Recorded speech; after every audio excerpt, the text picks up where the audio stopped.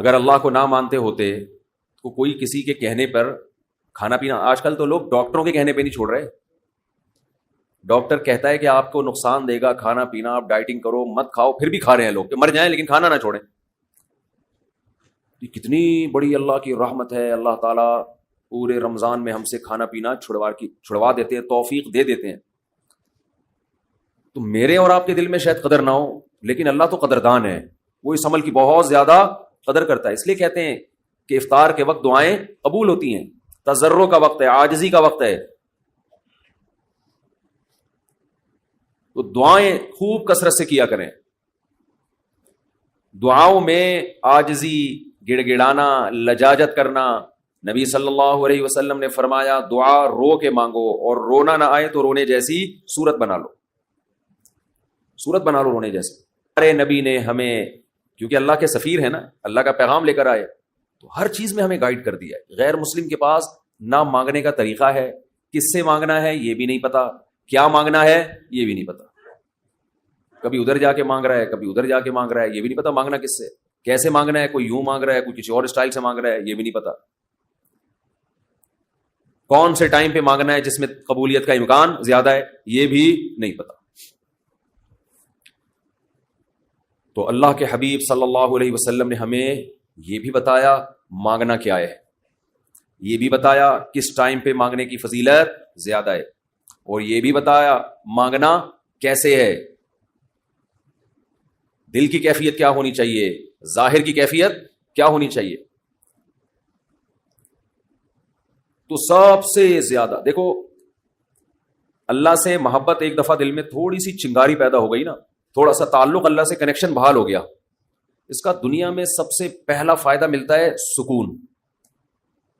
اس کا جو دنیا میں سب سے فوراً کیش فائدہ ملتا ہے نا، کیش، وہ کیا ملتا ہے؟ سکون. آدمی اپنے آپ کو محفوظ سمجھنا شروع کر دیتا ہے کہ یار میں نے اپنے آپ کو کس کے حوالے کر دیا؟ اللہ کے.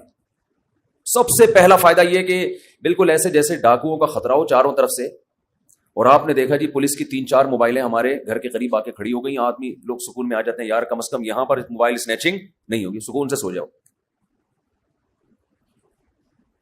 تو جب انسان اللہ سے مانگتا ہے اور اپنے آپ کو اللہ کے حوالے کرتا ہے، اور اللہ تعالیٰ نے مانگنے میں کوئی شرطیں نہیں لگائیں، یہ بڑی زبردست بات ہے.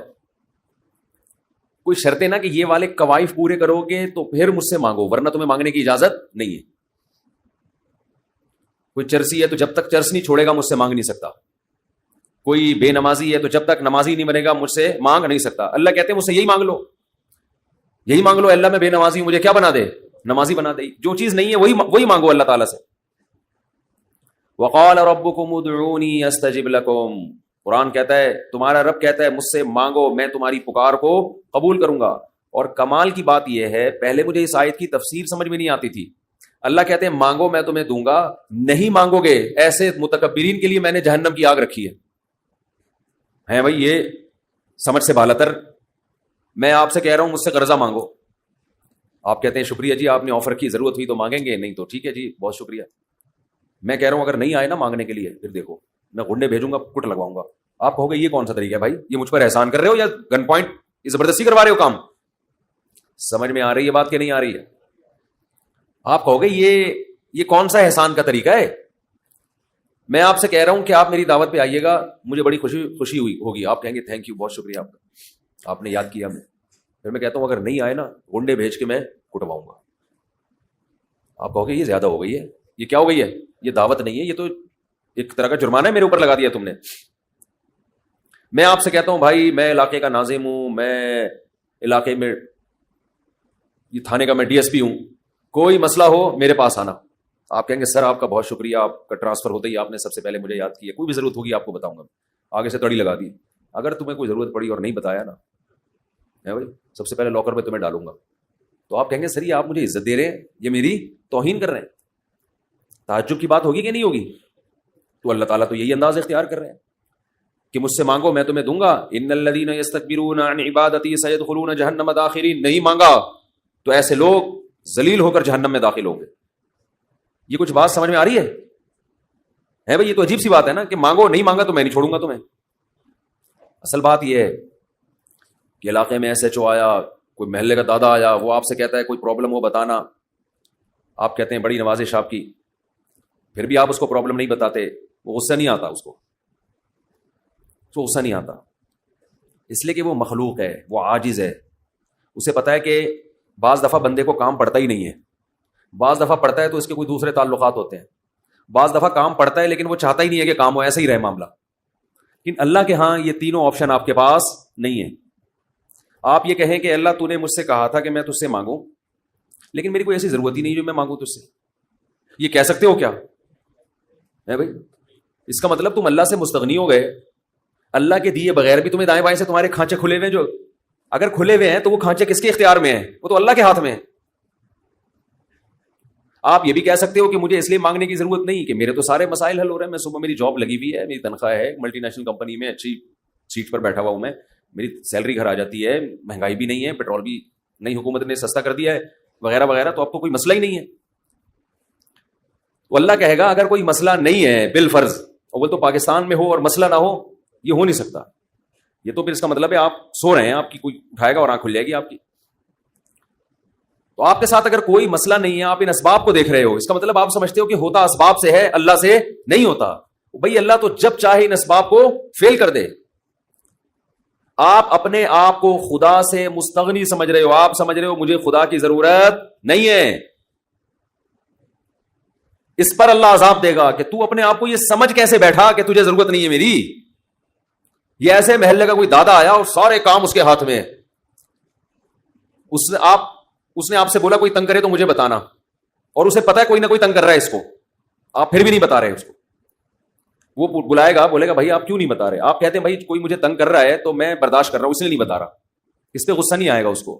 لیکن اگر آپ نے اس سے کہا کوئی مجھے تنگ کر رہا ہے، میں آپ کو اس لیے نہیں بتا رہا کہ مجھے پتا ہے کہ میرے جاننے والے ہیں وہ مجھے بچا لیں گے، اس دادے کو غصہ آئے گا کہ میرے علاوہ کون اس محلے کا دادا ہے بھائی. آئے گا کہ نہیں آئے گا؟ تو اللہ کے سامنے ہم یہ بھی نہیں کہہ سکتے کہ اللہ یہ پریشانیاں مجھے تنگ کر ہی نہیں رہی ہیں، مجھے کوئی ٹینشن ہے ہی نہیں. یہ بھی نہیں کہہ سکتے.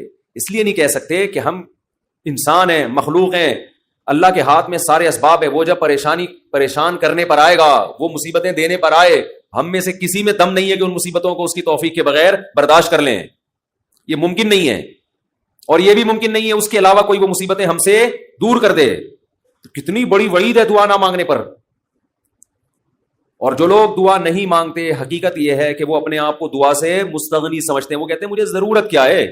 میں ایک چٹکلا سناتا ہوں نا ایسے موقع پہ. ایک آدمی اپنا گدھا بیچنے جا رہا تھا بازار میں.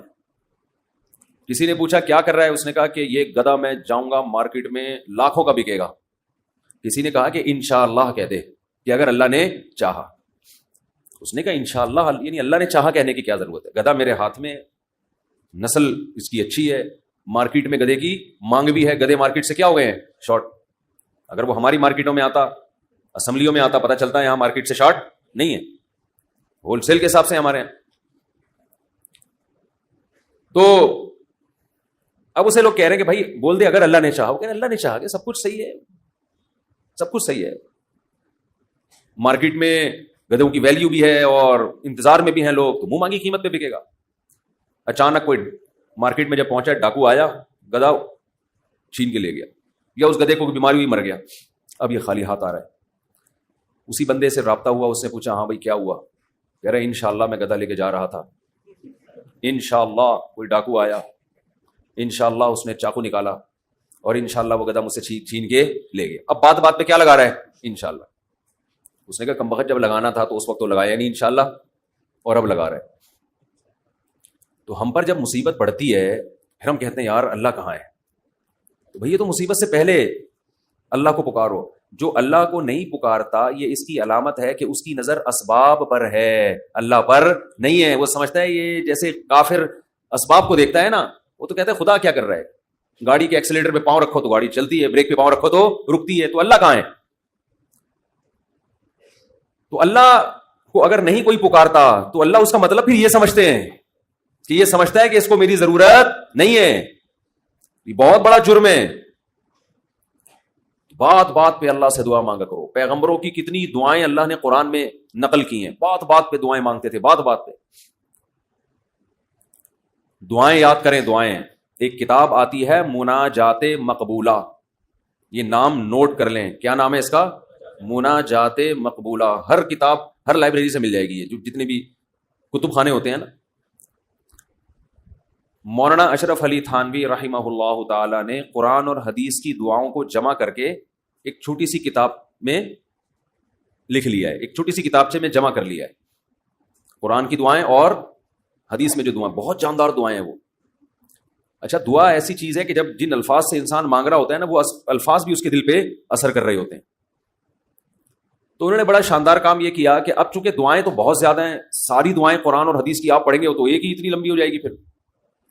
تو انہوں نے اس کو 7 حصوں میں ڈیوائڈ کر دیا ہے. سمجھتے ہیں, ہفتے کے دن, اتوار کے دن, یہ یعنی 7 منزلیں بنا دی ہیں اس کی. اس کا ترجمہ بھی ملتا ہے, یعنی وہ دعائیں عربی میں اور نیچے اس کا ترجمہ. آپ بے شک عربی نہ پڑھیں, ترجمہ پڑھ لیں. وہ روزانہ کا معمول بنائیں. اس سے کیا ہوگا, آپ کو قرآن و سنت کی دعائیں یاد ہونا شروع ہو جائیں گی. وہ ایسی جاندار دعائیں, ایسی جاندار, ان دعاؤں میں آپ کو لطف آنا شروع ہو جائے گا, چسکا لگ جائے گا. کیسی کیسی دعائیں دیکھو, ایک پڑھ کے سناتا ہوں. اللہم قسم لنا من خشیتک ما تحول به بیننا وبین معصیتک. اے اللہ ہمیں اتنا اپنا خوف دے دے, ہمارے دل میں اپنا اتنا خوف ڈال دے کہ وہ خوف ہمارے اور تیری نافرمانی کے درمیان آڑ بن جائے. سمجھ میں آ رہی ہے بات؟ زیادہ خوف نہیں چاہیے. زیادہ خوف پیدا ہو گیا تو زندگی کا مزہ کرکرا ہو جائے گا. جب آپ کے دل میں کسی چیز کا خوف مسلط ہو جاتا ہے تو لذتوں سے محروم ہو جاتے ہو آپ. دیکھو بچوں کے دلوں میں امتحان کا خوف ہوتا ہے نا, نہ کھا رہے ہیں نہ پی رہے ہیں. کراچی میں تو ایسا کوئی سیٹ اپ نہیں ہے, کوئی خوف نہیں ہوتا. پنجاب میں دیکھا ہے ہم نے, بچوں کے پیپر ہونے والے, ایگزام ہونے والا ہے, دماغ پہ مسلط کر لیتے ہیں. زیادہ مسلط کریں گے تو پھر پڑھائی بھی نہیں ہوتی ان سے, ہاتھ پاؤں کانپنے لگتے ہیں. کراچی میں اللہ کا فضل ہے, یہ ٹینشن, کراچی میں جتنی بھی حکومتیں رہی ہیں اب تک کی رپورٹ کے مطابق انہوں نے یہ بڑا فائدہ پورے سندھ میں الحمدللہ. یہ سندھ گورنمنٹ جب جتنی بھی رہی اب تک, چاہے کسی کی بھی ہو, تو یہ الحمدللہ انہوں نے فیسلٹی دی ہے کہ کراچی کی عوام کو پڑھائی لکھائی سے الحمدللہ بالکل فارغ کر دیا. لڑکوں میں پڑھنے کا رواج ہے ہی نہیں. کچھ دن پہلے میں آ رہا تھا سفر پہ, تو کراچی کا ایک لڑکا وہاں پڑھنے گیا تھا, اسلام آباد, ایبٹ آباد میں اچھا کیڈٹ کالج, بال کیڈٹ کالج میں پڑھ رہا تھا. تو میں نے کہا کراچی میں, نارتھ کراچی میں کہیں رہتا تھا یا ناظم آباد میں, وہاں گیا. اس نے کہا بھائی ہمارے ابا اماں نے اچھا فیصلہ کیا, مجھے وہاں ایڈمیشن کرا دیا, میں پڑھ لیتا ہوں, چھٹیوں میں گھر آ جاتا ہوں. تو وہ بتا رہا تھا کہ یہ کراچی میں, وہ مجھے کہہ رہا تھا کہ ہم حیران ہوتے ہیں کراچی میں جہاں تو وہاں کوئی ہے ہی نہیں, پڑھائی لکھائی کی بات ہی نہیں. کہہ رہے یہاں ہو تو ہر آدمی, میں نے دیکھا ہے پنجاب میں ہر بچہ پڑھائی کی بات کر رہا ہے, سب پڑھائی میں آگے نکلنے کی کوشش کر رہے ہیں, کچھ بزنس میں آگے جانے کی کوشش کر رہے ہیں. یہاں ہو تو پڑھے ہوئے. کراچی میں الحمدللہ پڑھے ہوئے لڑکے پوری رات کرکٹ کھیل رہے ہیں, اور ہم نے بھی بیان کر کے اپریشیٹ کر دیا. وہ کہہ رہے ہیں تھپا لگیا اب تو اور کھیلو. ہم نے تو اس لیے خوشی کا اظہار کیا تھا کہ چلو روزہ تو رکھ رہے ہیں نا, یہ مطلب تھوڑی تھا کہ کچھ بھی نہیں کرو. تو یہاں الحمدللہ یہ سہولت ہے کہ یہاں آپ پڑھنے کے علاوہ دنیا کا ہر کام کر سکتے ہیں کراچی. اور پڑھے بغیر آپ کو ڈگریاں مل جاتی ہیں, وہ الگ بات ہے. اپنا بھی بیڑا غرق اور قوم کا بھی بیڑا غرق ہوتا ہے. نہ خود کچھ آتا ہے, نہ ترقی تھوڑی کر سکتا ہے آدمی فالتو ڈگریاں لے کے. وہ پکڑا جاتا ہے کہیں نہ کہیں. ایک ہمارے مشہور ڈاکٹر تھے جو بڑے اچھے ڈاکٹر تھے, کیا ہیں ڈاکٹر, جب ان کی جعلی ڈگریاں پکڑی گئیں, لوگوں نے کہا یار ڈگری کو چھوڑو, بندہ میں قابلیت ہے. تو وہ تھوڑے دنوں میں قابلیت کبھی ایسی کی تیسی ہو گئی. جو اندر سے ہوتا ہے نا تھوڑے دنوں میں آدمی وہ آ جاتا ہے, آپ چھپا نہیں سکتے زیادہ عرصہ.